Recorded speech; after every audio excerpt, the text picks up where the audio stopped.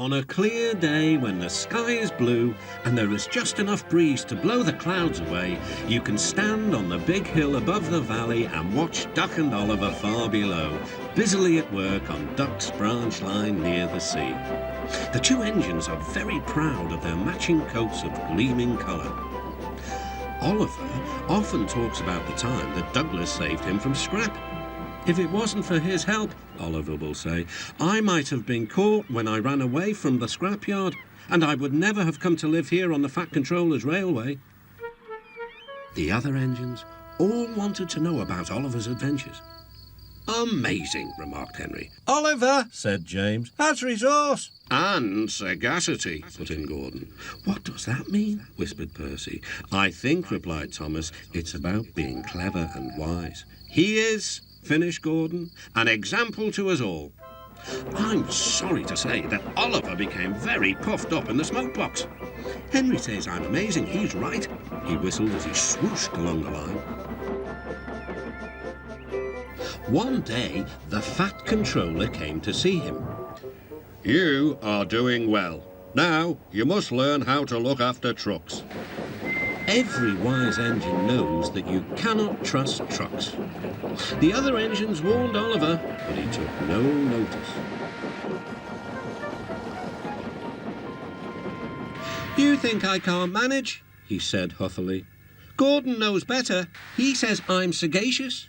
You may be good gracious, or whatever you call it, but trucks can be troublesome and... Say no more, Duck, interrupted Donald. It's maybe a pity, but the wee engine will have to learn for himself. Oliver pulled some loaded trucks to a siding and pushed the empties to the chute.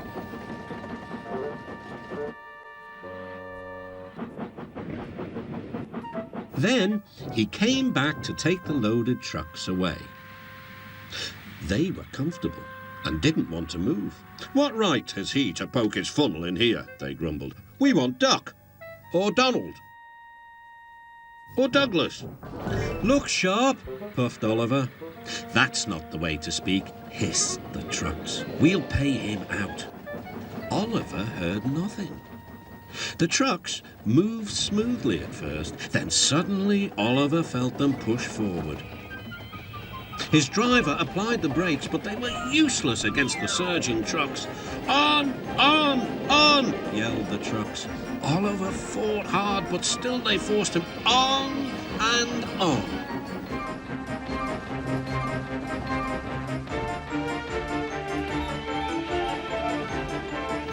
At last the trucks grew tired. I'm winning, gasped Oliver.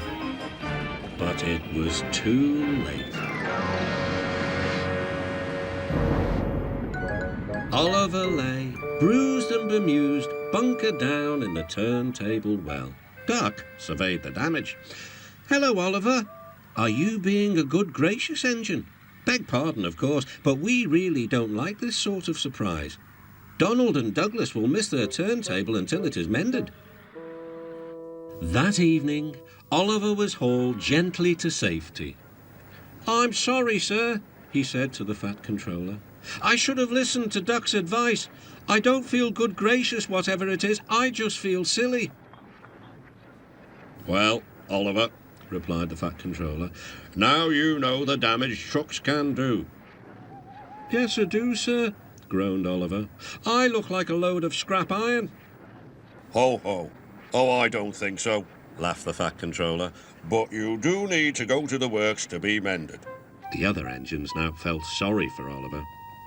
The branch line won't be the same without you, whistled Duck. Come back soon. A few days later, Oliver did come back. His coat gleamed brighter than ever. He was a wiser engine, too, and never made a mistake about trucks again.